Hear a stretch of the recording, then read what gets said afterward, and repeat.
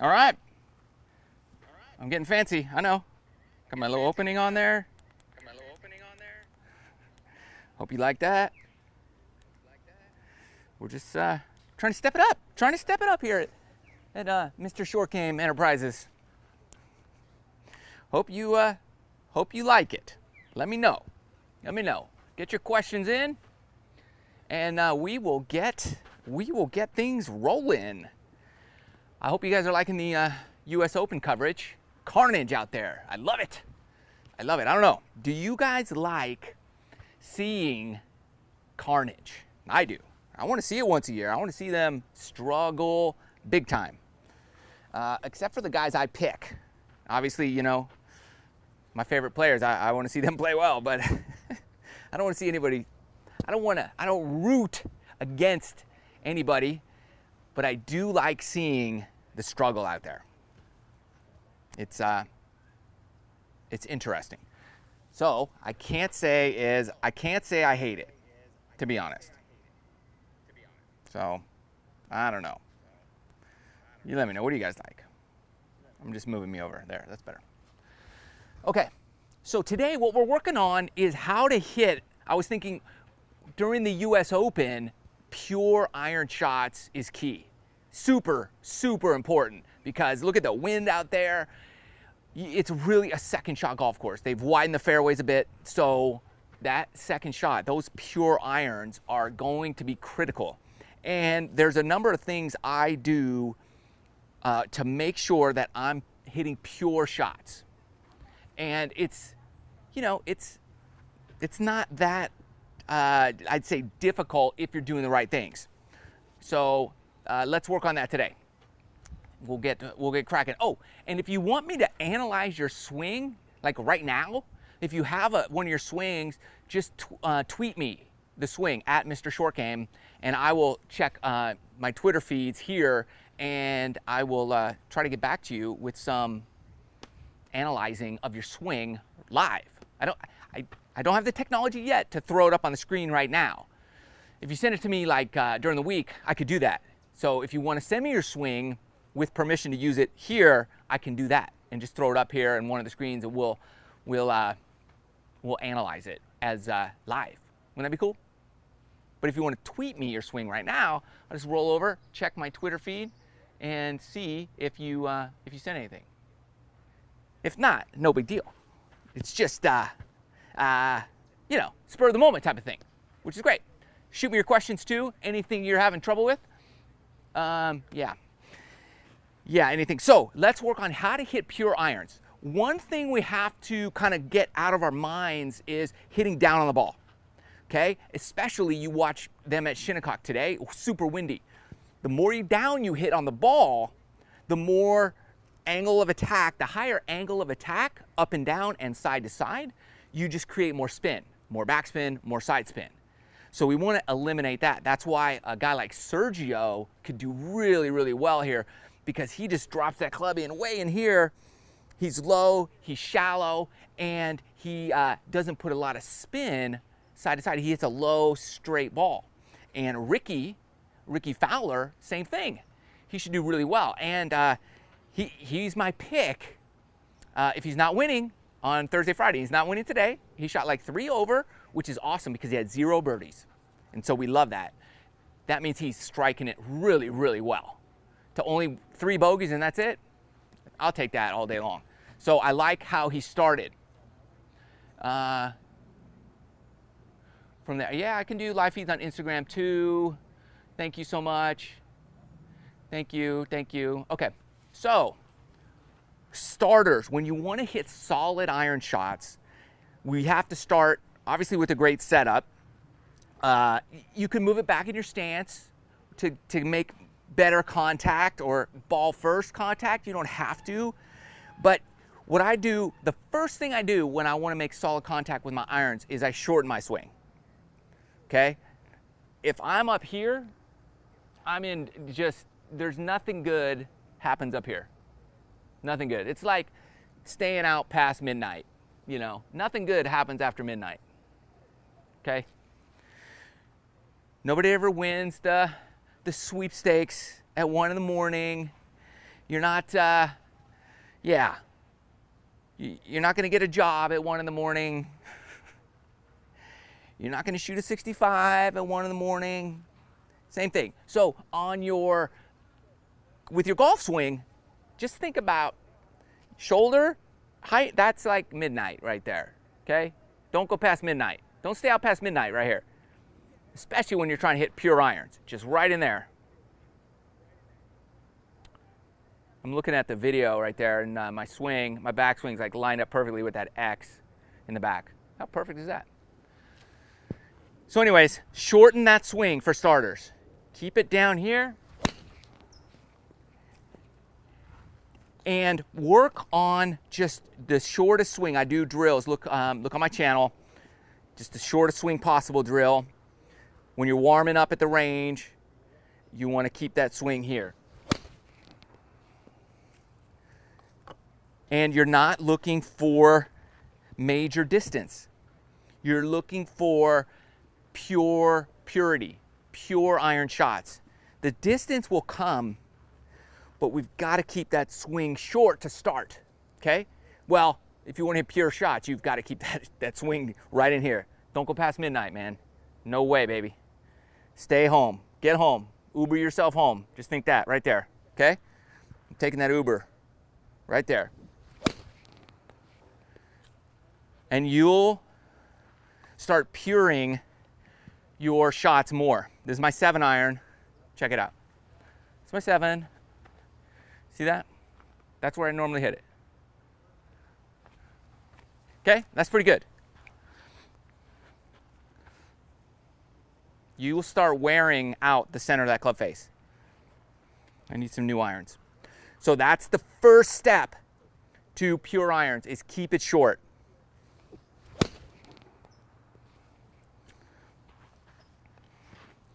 Shortening your swing will cure so many problems, just naturally. You will just start hitting much better and better shots by shortening your swing. Get up here, forget it. You're toast. And just think about this. The shorter the club, the shorter the swing. Just that should be kind of a mindset you have. Just shorter club, shorter swing, and you will start hitting pure shots. Okay? So keep that in mind as you go. And don't stay out past midnight. Right there.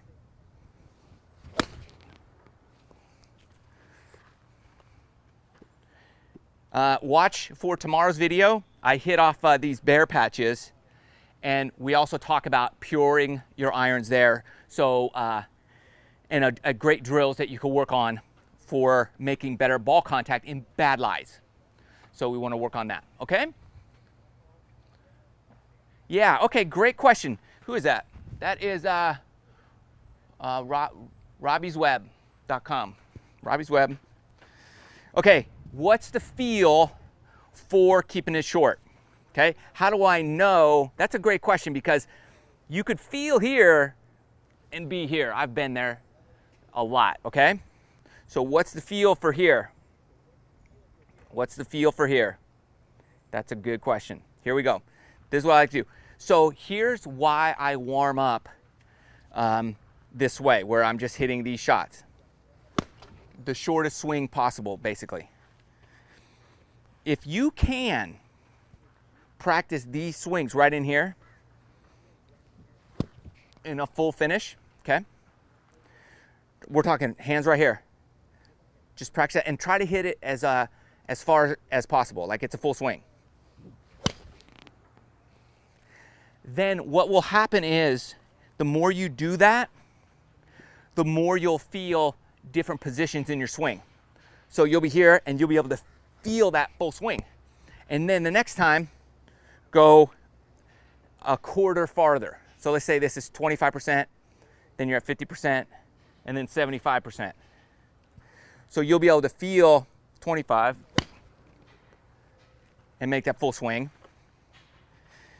And then by the time you get to, let's say, what I call, midnight,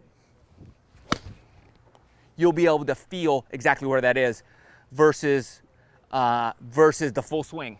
But you want to really make that midnight up here, shoulder height, you want to make that your full swing. It's not going to hurt you to do that, okay?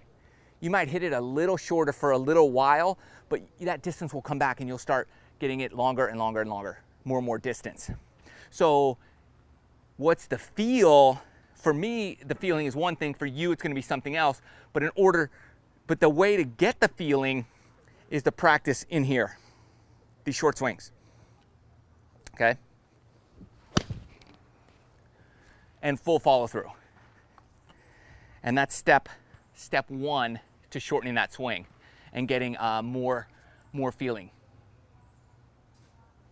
Okay, Shane Wade, do you pull the club with left shoulder for solid contact? Okay, I'm assuming you're asking here, am I pulling with my shoulder to pull that club down? No, not at all. So I try to not pull with my hands or my shoulder at all.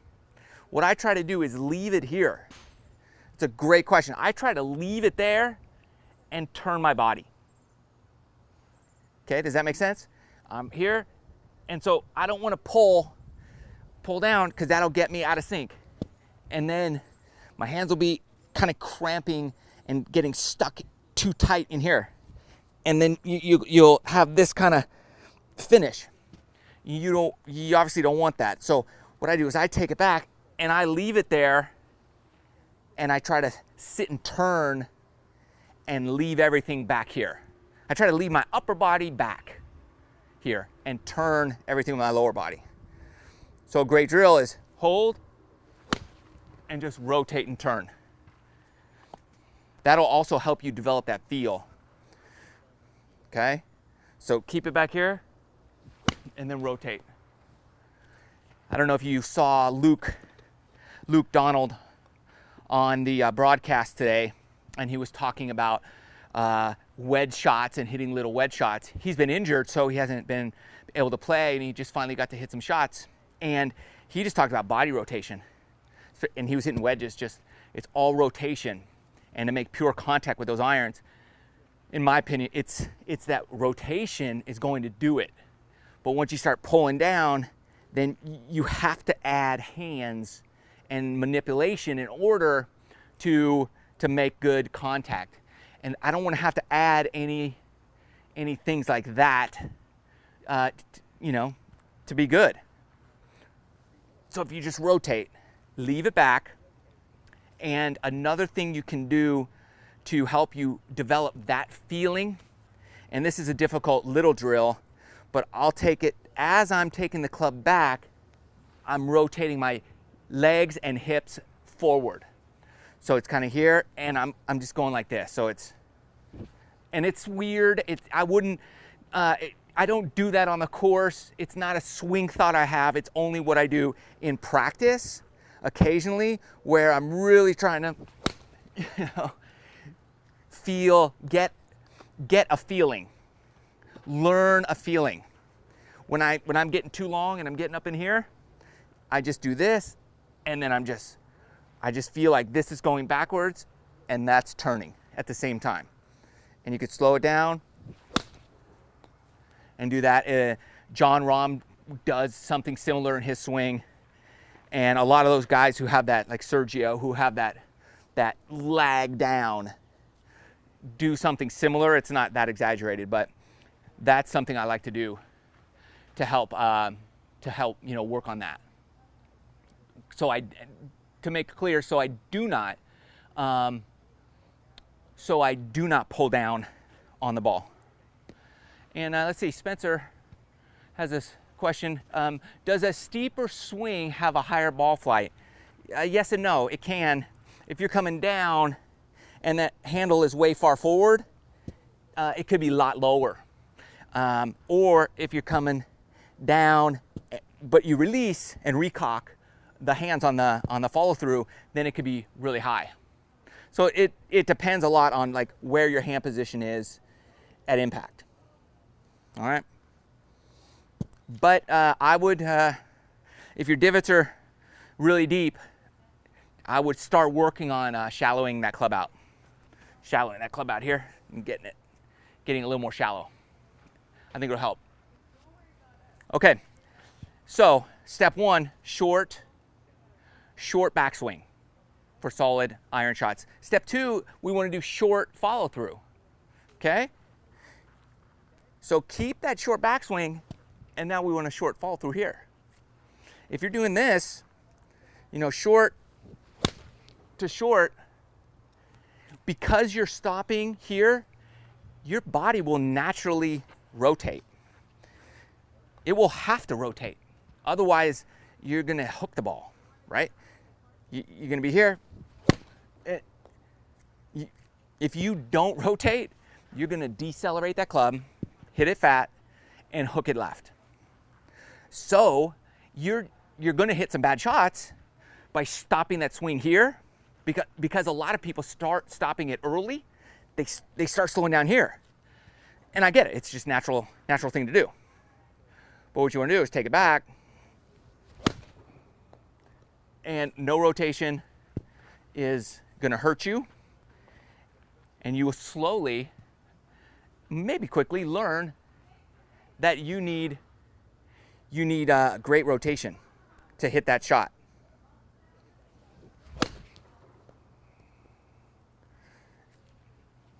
Okay?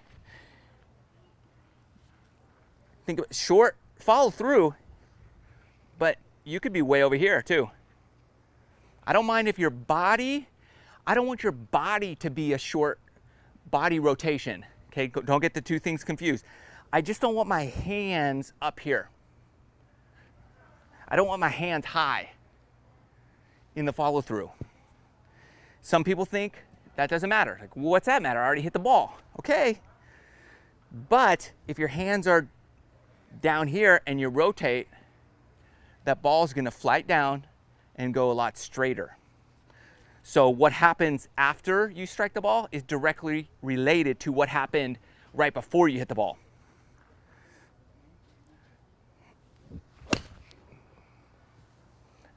And just rotate that. That will, two things will happen. Hopefully, you will start hitting it purer, better compression, better ball flight, and you will start hitting it lower. With today's equipment, with the balls, the solid core balls, the clubs we have, all the gear we have these days, you don't need height. Height is there if you want it. You could change a ball, you can get to more spinning ball, you could do all kinds of things that can get you that ball flight. So let's work on flighting it down, because most of us aren't playing Shinnecock where we're gonna have to super windy, it's a super firm golf course and super windy, so you wanna flight it down, but you wanna land it high and soft. It's not gonna happen. Most of us aren't gonna be playing in those conditions. So when it's windy, you could flight it down, and the other courses are not so firm, so it's not gonna be that huge of a deal. My camera died again. No worries. Work on that. Let me check that. I might have overheated again, like last time. Yeah. All right. It's hot out here. No wonder. We're overheating. All right. Any more questions? Let's check it out. Let's see. No. Any other place in the ball? Okay. Good stuff. All right. So we have a short backswing and a short follow through. Those should be pretty basic, pretty, easy to kind of understand and comprehend. Now, here's something that's really going to help, and you don't hear a lot about that in terms of hitting solid iron shots. Just open the club face a little bit. All right? Just open the face a little. What that does is it adds a little more bounce. A little more bounce to the club. It's going to be a little more forgiving, but it's going to be more forgiving, so that's going to be good. So you might think, well, why would I do that? So many times I see people who slice the ball, but they set up and they start setting up with this shut face. And what happens just mentally in your brain sees a shut face, and it's going to open the face as you go through. It happens all the time. Or you just keep swinging that way because your brain says, oh, your club face is pointed this way, shut. So if my club face is pointed shut, my body and my brain is naturally going to want to pull the ball way left. So what I want to do is have my club face slightly open. So then the same thing happens in reverse. My brain and my body says, oh, I want to swing a little more inside out. And so I have a little extra bounce on that club. And remember, bounce is your friend. The more bounce, the lower the ball will fly. So although I open up the face a little, that bounce is going to help bring it down a little bit. And you could back that up. And a slightly open face is going to encourage me to swing a little more inside out. The bounce is going to bring the ball down, and I'm playing a little draw, a tiny draw. And in the wind, when you're trying to make pure contact, all of those things are really going to help. So just a touch open. And you'll hit this nice low draw. A lot of times the pros, you go watch them, go stand at the range. They're set up a bit open. Their feet might be aimed left, and that club's a little to the right, and they play this little baby draw. And you're like, how does that happen? This is how.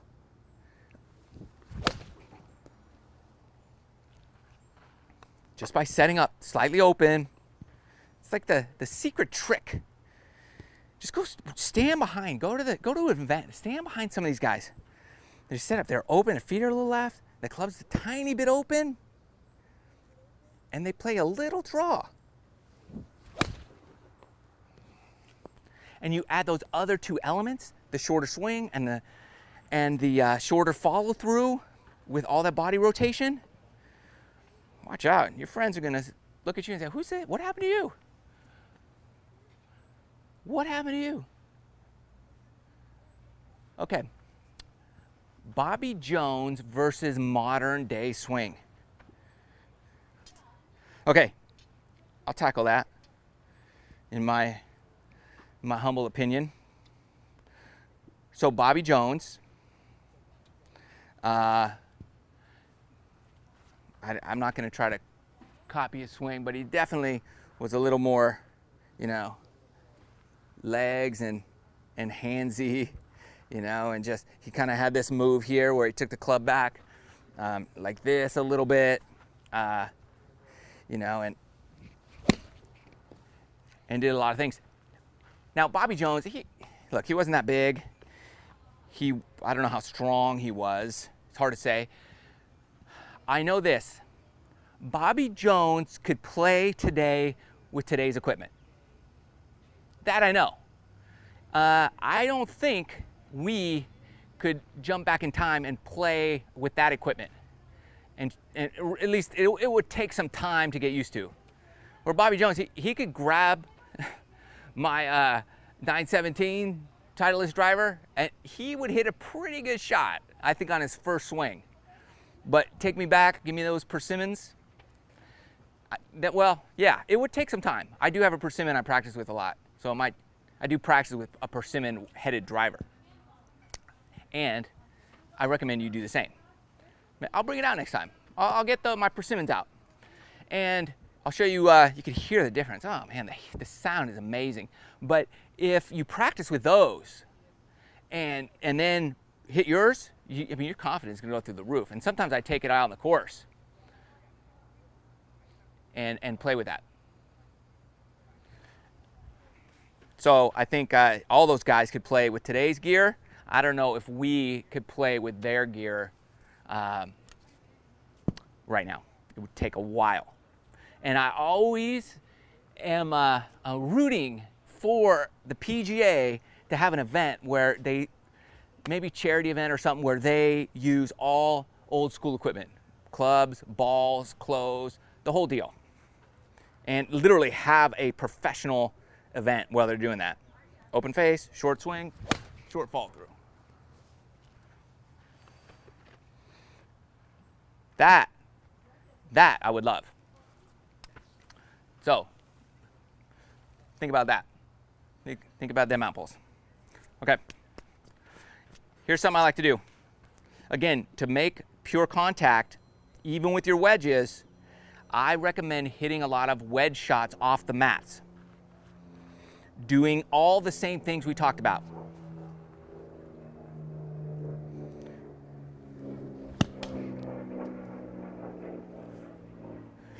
And if you really want to get creative,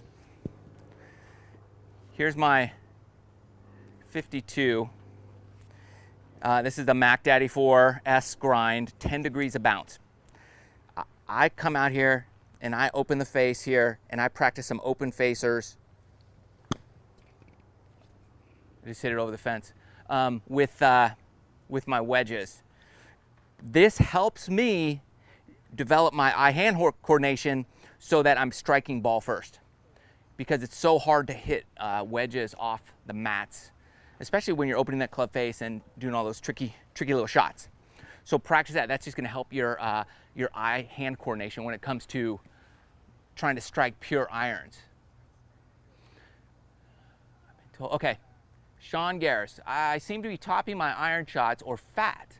I've been told to keep my head down as well, but feel like that complicates everything. Yes, it does. I feel like there's pressure on my lower back when I follow through. Okay, good stuff. Well, I also bought the Tour Striker ball to help with the chicken wing. All right. Let's see. So here's what you can do. Just look at my camera here, see if we can fire that puppy back up again. There we go. Hold tight. Okay, we'll get you, hopefully, get you squared away here. Let's see here. Bam, we're back. Okay. It's like my camera overheats. It's my phone. It's my iPhone 6 S Plus. It overheats. But it's good to use for this program I'm using. What was the question? Okay, so this is great. This is going to help your iron game big time. One, if there's a lot of pressure on your lower back, I would imagine if you're keeping that head down, you're twisting here, and that hurts already. I don't even like to think about that. So, Sean, here's what I would say. Here's what I would recommend. What you want to do is don't keep your head down. Don't do it. Look up with your head, okay? Remember, when you're, let's say you're surfing. I don't know if you surf or anything, I do. So when you're trying to do a cutback, or you watch Kelly Slater and he's, right? He doesn't do a cutback. I'm trying to go this way. I don't do a cutback like this, or a skateboarder or a snowboarder, right? You turn your head and look where you want to go. You just whoosh, and you're looking over there. Your body follows your head. So keeping your head down is a myth. You want to keep your spine angle, but your head doesn't matter. Your club is already in motion. It's either going to hit the ball or not hit the ball. So your head, as long as your butt doesn't, come underneath you and you lose your spine angle, you're good, right? But nothing bad happened here. I just turned my head.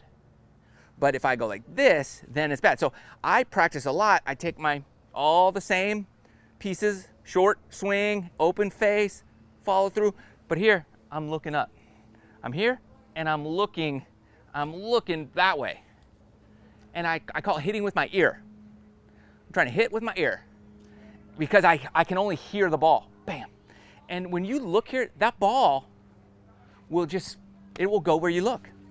So come out here. I mean, I love that drill. I love it. Plus, if you practice that, you start practicing that, when you're on the course, you're not going to worry about pulling your head because you're not going to worry about looking up. Just take it back. Look up. Okay? Look up. See how soon you can look. Okay? That's the challenge.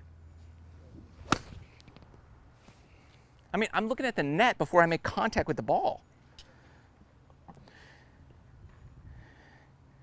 Because the club's in motion, and I'm here, like, I can't do anything from this point. It's going to travel where I told it to go, where it was going. So you don't need to keep your head down. Yeah, that will put pressure on your back. Plus, if you're bending over way too far, that's going to do it too. Right? We don't like that. So look up. Look up. And you'll actually like yourself a lot better.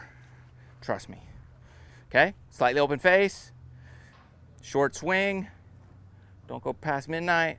Short follow through. Look up. How many swing thoughts can I have at one time? Not that many. Okay. Okay, good. Long irons. So let's jump over to a 4-iron here because we still want to hit pure iron shots regardless of how long the iron is. And all the same rules apply. Go to my channel. I have a video on how to, pure your long irons, something like that. And you want to start out just here. Chip shots. Chip or pit shots with your long irons. Start there. This is one of the reasons I first ever built and had a setup in my garage, because I wanted to hit like 500 of these 4-irons, but I didn't want to go to the range and pay $10 to do it. So it's right here. All right, that's where you begin. Look, if you can't, this is not much longer than a long putt, but if you can't do this and get this going straight, right, then you shouldn't go any farther than that. Your swing shouldn't. That's a problem with golf. This is why most people don't get any better. It's like if I'm trying to be a great guitarist and I start playing some Eddie Van Halen out of day one, I mean, forget it. I'm going to quit. I'm never going to be any good. You have to step by step learn the scales, one thing at a time, right? That's what we're doing. So if you're having trouble with anything, start here with this little shot. Boom. And see where it goes. See if you can hit these little shots and work from there. Then take it to 3/4 swing, open face slightly, rotate, turn the head. Anything else I can think of?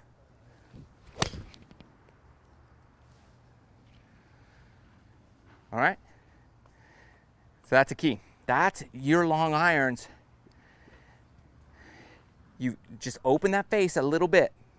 Open the face, it's gonna help because you really wanna come inside out. You wanna play a little inside out with that. It's gonna really help your game.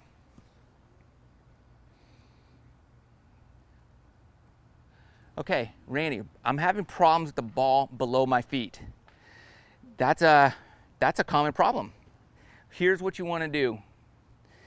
You wanna work on that while you're chipping and practicing your pitches and your chips, and just get that ball a little below your feet, okay? And then hit your shot, just your pitches, because it's the same principle as this drill with my 4-iron where I'm just chipping it on a flat surface. You want to work that feeling with your body on those little chip shots and pitches, and just work there.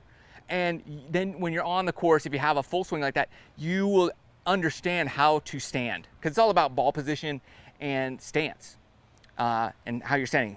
And I do that in the bunkers as well, on a severe downslope in the bunker, because you got to get down like this, and you got to be a lot more bent down with your knees and squatted down and secure in that trap, or the ball's above your feet in the bunker. That's where I work on all of that stuff for the full swing. Remember, working on your short game will help your long game. It will definitely help your long game so many ways, but working on your long game will never help your short game. That's just, like, I can hit 4 irons all day. It's not really going to help my short game. But if I work on chipping and pitching, that's going to help my 4 iron, because I'm going to have those stances and those positions, and I'm going to be able to make better ball contact because I've practiced hitting so many more balls, and just eye-hand coordination.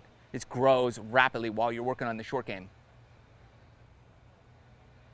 Any advice to hit a fade if you hit a draw with your irons? It depends how big a draw is. So there's many different ways to hit a fade. Here's something I like to do, depending on I'll leave that there, on what you are comfortable with. There's different things I like to do. So here's one thing I like to do. I just put this stick here. Just put it right there. Doesn't matter where. It's not going to stay up right there. There we go. Okay. So one of the things I like to do is I like to set up square. And if you notice, square here is, if I set up square, I'm aiming here, right where this ball is. So let's say I want to play a fade. So, well, some people aim left, open the face. Okay. I mean, I just feel like, man, if I hit this, or if I make a mistake, I'm pulling it way left, and it could go left and go straight. That's no good. It could go left and draw. That's no good. Or I can hit it perfect. It goes left and fades, and, well, that's good. So in my opinion, it's like 1 out of 3 is good. So I just set up square for me. And let's say I hit a draw also with my irons, but I set up square, and what I try to do is just pull my hands to the left more. Try to pull it to the left. So I'm trying to pull the ball closer to that stick. Not aim. I aim right. I'm aiming at that ball, but I'm going to pull my hands closer to that stick. And then I feel like I'm just holding on here and slightly putting a little cut spin on that ball. So that's me. That's one way I like to do it, is just, if I always draw the ball, I try to just pull my hands to the left more and more and more, because you're probably just coming a little too far into out all the time. Try that, see if it works.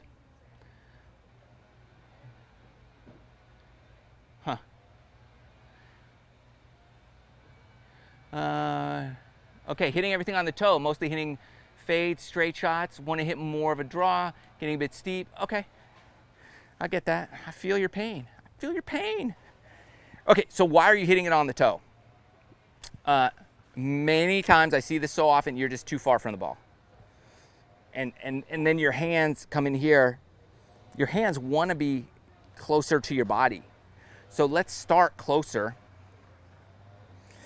and open that face a little bit. My neighbor's gardener's here. I don't know if you hear his thing. Open that face a little bit, take it back, and then try to get those hands from close to your body to farther from your body, not far from your body and close to your body. But just move in a little bit. Make sure you're set up in the middle of that club face, and open that face, short swing, and push those hands out away from your body. That's typically why you hit on the toe. I mean, you could be coming way over the top and doing that. Do you have any other problems? Fade. Okay, a fade or straight. So I would say you're just too far from the ball. That'd be my guess, without seeing your setup. That's the typical issue. So here is what I like to do, also to help pure the irons. Let me move this. Okay, we talked about shortening that swing, shortening the follow through, opening the face a little bit, right? Get a little closer to the ball. That helps. Turning that head. Look where you're going, but don't lose that spine angle. But then we actually have to do stuff to help us get better. Like, you just got to put in some work. At some point, you got to hit balls. Okay? So I'm going to get 10 balls. 1, 2, 3, 4, 5, 6, 7, 8, 9, 10. I got 10. I have 10 balls here. And I'm going to hit a ball. And this is how I would practice. If you're at the range and you have 100 balls, I would do this 10 times. And I would do it with a different club every time. So I'm going to hit this shot and I'm going to rank it. I'm going to score it 1 to 10. So if I hit all the balls perfectly, I'd score 100. Right? But scoring a 10 is, I mean, that's as good as you're going to get. Sorry about the gardeners back there. I don't understand. This is why I do it at 3 o'clock, because that guy comes, he's supposed to be here yesterday. And so that's why I did Tuesday, Thursday, because yeah, he's here on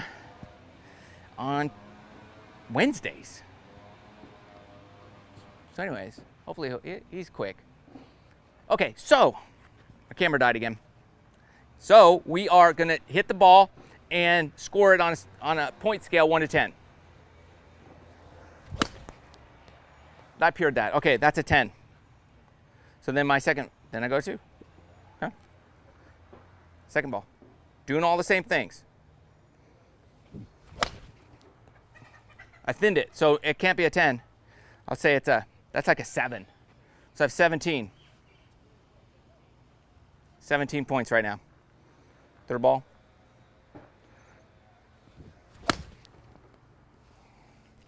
That was good. It wasn't as good as my first one, so I can only give it a 9. So 17 plus 9, 26. Okay, 26, here we go. Oh, that was a 10. 36. You see what I'm doing? I'm just keeping score. 36. Well, that was good too. 46.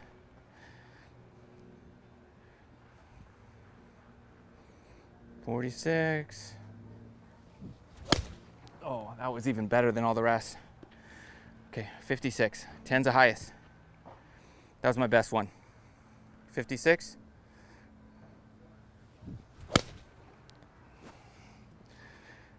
That was just as good. I mean, 66. I'm just judging off sound and feel. Oh, that was good too. 76. It's a 7 iron, so I expect to hit it pretty solid.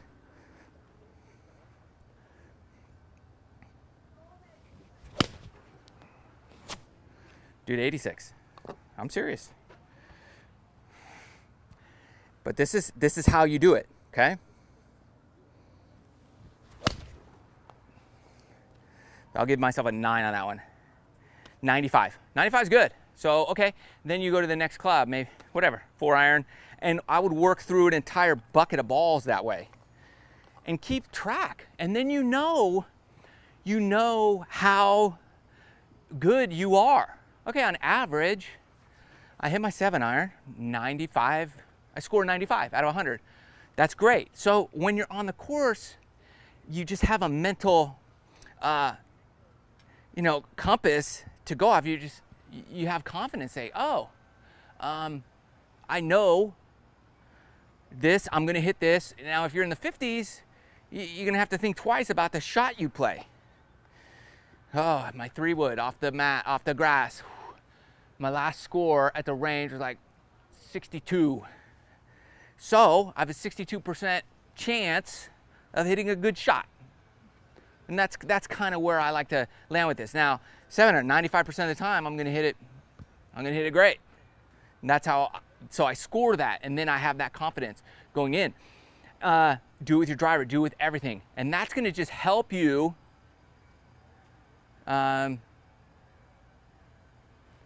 what? It's not that, oh, good. Okay, good. You guys can't hear the guy too much. He's gone now. Well, he's semi-gone. Because you want to have confidence out on the course. And it's kind of like poker. When you're out there playing, you have a certain hand, and you've got to know the odds. But in golf, there's no bluffing in golf. I'm not going to bluff my way into a birdie. I'm not going to bluff my way to a good score. You might accidentally hit a good shot from time to time, but consistency is the key. And you're going to want to know where you stand on any given day. Like yesterday, I was at the range and I scored in 95. Feel good. So this shot, dude, I mean, that's great. And can that 95 percentile, where's it going to get me? And what's the worst I hit? An 8? Where would that get me? Where's the 8 going to get me? And then you can make your calculations. Maybe a 7-iron, the 8 lands me on the back of the green. And the 8-iron lands me middle of the green. And the 9-iron puts me on the front of the green. And then you could calculate your percentages and see what is going to be the best course of action for your shot. And you would do that with your driver. You would do that with everything. So when you're trying to figure out your iron play and how to hit solid irons, then you go to your, let's say, 5-iron. Okay, and let's say I did the same drill with that. Okay, and that shot was like a 6, so that didn't feel good, right? But then you learn what you're good at. Well, that was good. You're going to learn what you're good at and what you're not good at and where you need to work. Because on the golf course, it's all about making the right decisions. If you can make calculated decisions, then you're going to have a much better success rate. Most people just grab, okay, 190, 5-iron, thanks. You know, you shoot it with your rangefinder. Okay, what do we got? 190? 5-iron. Okay. La la la, 5-iron. You know, and you're like, oh, I'm in the bunker. Right? I mean, because you didn't think about anything else. Okay, where's the pin? Okay, it's in the middle, 190 to the middle. Right? Okay. And what's my percentage with my 5-iron? I'm like 80. I'm in the 80 percentile with my 5-iron at 190. So if I mishit it, where does that put me? Oh, that puts me in the bunker. Okay, I don't want to be in the bunker. I'm not, you know, maybe you're not great out of the bunker. Can you get up and down from that bunker? Sometimes I do. There's par 4s. My second shot, there's some I try to put in the bunker. Pins tuck left, and you would think you might not want to miss that, but sometimes I just say, well, that's a pretty easy bunker shot from right there, to be honest with you. So I'm going to aim right at that pin. If I pull it, no problem. Like, that's me, right? But I think through that. So, but if I'm in the 80 percentile number with my 5-iron, and I'm in the 80 percentile with my 4-iron, and I have 190, and 80 with the 5 puts me in the bunker. Don't want to be in the bunker. And 80 with the 4, oh, that puts me in the middle of the green. 100% with the 4 puts me over the green, but there's no trouble back there, and I'm just in the rough. Might be able to get up and down from there, but I have no chance in the bunker. Oh, okay. Well, what's my percentage when I do a smooth, let's say I choke down a 4-iron, hit a solid shot 4-iron, would choke down a little bit. Well, now I'm like 85 percentile. Oh, but it goes a little shorter, so that kind of brings me back down to that number I'm looking for. Okay. Now I don't have to worry about it. I don't have to hit a perfect shot. So I'm just thinking, oh, okay. I just need kind of like my average shot with my 4-iron. Great. Choke down, No pressure now. I don't have to hit a great shot to be on the green. What do you know? I just probably hit it at 8. But that would get you on the green as opposed to being in a bunker with that same exact shot with the club that, although, yeah, you hit it that far, but do you hit it that far every time, right? So that's where amateurs go wrong, or the higher handicaps go wrong, is that, okay, how far do I hit a 7-iron? 165? Cool. Okay, and I have 165, so I'm gonna grab a 7-iron. Perfect. Got the right club. No, you've got the wrong club because you only hit it 165 1 out of 10 times. So you don't hit it 165, you hit it 150, okay? So get the club that you hit 165 9 out of 10 times, or 85%. You want to be at least 80 to 85%. So get that club that you hit that far. And then a lot of other things you want to factor in is there water? Where's the trouble? How can I avoid the big numbers? That's key, all right? And when you start doing that, that equals pure iron shots, believe it or not, because you're eliminating pressure off yourself. You're taking that out of there. The less pressure you have on yourself, the more confidence you have, the better shots you're gonna hit. When you're stressed out, man, whew, you don't hit good shots. Why do you think those guys are struggling out there today at Shinnecock? Pressure? That's why half the field can't win. Too much pressure. Too much pressure. And they know their game isn't where it needs to be to win a US Open. So think about that. Really work on knowing who you are, you know, in golf. Golf will humble you like no other sport. So you have to be able to accept that. But if you go into it with the realistic expectations, yeah, I hit my 5-iron 190. I do. But I'll tell you, so many times I'm on the course, like I hit it, I can hit it 200. I can hit this 200.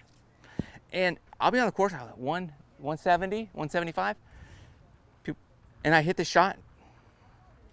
You know, I just choke it down. And people say, what'd you hit? What'd you hit? Not par 3. 5-iron? What? What'd you hit? Dude, I hit a 7-iron. Oh, you hit a 5-iron? Yeah, you hit it farther than me. I know I do. Why'd you hit a 5-iron? Because I want to make a birdie. What'd you make? Triple? Okay. I had a 2. You've got to not care how far you hit it. And you've got to work on that aspect of your mental game, because swinging hard equals bad shots. And you know this. You know this. When you hit something pure, you're like, wow, I barely even felt that. I barely even swung. How'd that happen? And there you go. That's why, because you barely swung. You had confidence. You just smoothed it. Yeah, I mean, that one will go so much farther. So, that's what we're working on. Work on keeping that swing short, right here, shoulder high, hands shoulder high. Follow through down here. Don't follow through up here. Keep that follow through short and rotate through it. Practice turning your head and looking where you want to hit the ball early. Okay? So many people think you got to keep that head down, but that hurts everybody. Turn the head and the hands will follow. It will. Open that club face a little, because that will help play a draw. When you set up square and you open that face, that club wants to swing inside out. And so when it goes inside out, it's a much shallower swing, and opening the face adds a little extra bounce, which helps keep the ball lower. So open the face makes it go higher, the bounce makes it go lower, playing a little draw makes it go lower, so you're back kind of where you started. And just opening that face at the beginning will help your hands turn over, or, I don't like using that word, hands turn over, but it will help you play that little draw and release the club a lot better. So work on that. And then do that 10-ball drill and keep track of your numbers so you can know exactly where you fit, where you sit in terms of your abilities.